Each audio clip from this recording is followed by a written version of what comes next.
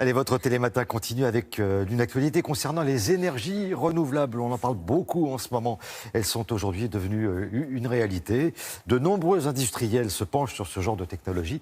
Et Laurence Beauvillard s'est rendue à Monaco à l'occasion de rencontres qui réunissent les start-up et les grandes écoles du monde entier durant 3 jours. Ça s'est passé début juillet. Le soleil était à l'honneur sur la principauté de Monaco.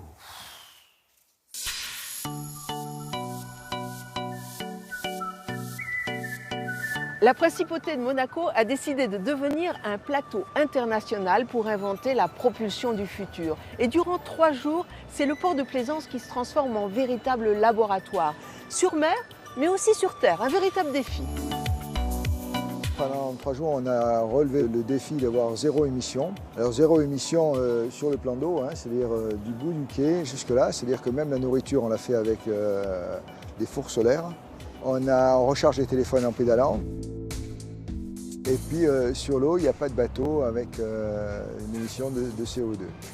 Après, on a essayé d'aller un tout petit peu plus loin avec des voitures électriques pour prendre nos invités à partir de l'aéroport. Je pense que depuis longtemps, on prend conscience de l'environnement. Aujourd'hui, c'est fini la prise de conscience, il faut agir et agir rapidement. Et on s'aperçoit qu'on n'agit pas assez vite, quoi.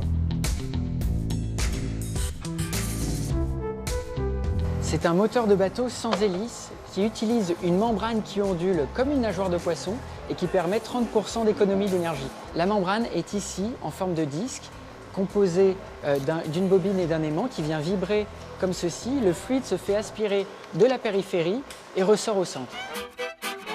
Ici, plus de la moitié des prototypes sont à énergie solaire, même ce robot nettoyeur. Pour vous montrer le système d'aspiration, on va jeter une bouteille en plastique et le robot il va aller le récupérer. Hop. On ouvre et on va voir vraiment toutes les petites choses qu'on a collectées. Il ramasse les déchets solides comme les bouteilles en plastique, les mégots ou les sacs en plastique, mais aussi les déchets liquides, hydrocarbures et huile, qu'il y en a beaucoup dans les ports. Donc ça fonctionne un peu comme une tondeuse de jardin. Exactement, oui, sauf qu'il n'a pas de fil, il n'a pas un terrain délimité, c'est nous qui le délimitons ici avec la plateforme web. Et il ne va pas rentrer dans les bateaux parce qu'il est doté de 8 capteurs ultrasons autour, plus un capteur de profondeur. Il peut travailler tout le temps parce qu'avec les ultrasons, il va détecter un obstacle, il va l'éviter. Et en plus, avec les GPS, il va travailler, il va savoir où il se trouve. Avec les contrôles de qualité d'eau, grâce à cette application, on va pouvoir déterminer les différentes zones dans les ports où les pollutions arrivent ou les endroits où les ports sont les plus pollués. C'est-à-dire il y a une nappe d'hydrocarbures, il va la repérer et il va aller dessus. Exactement. Là, il va tourner autour, il va collecter toutes les nappes d'hydrocarbures.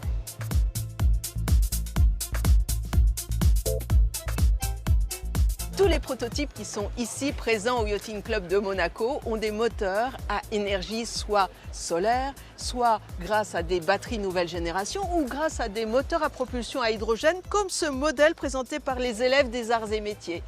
Tous ont le même but, diminuer au plus vite nos émissions de CO2.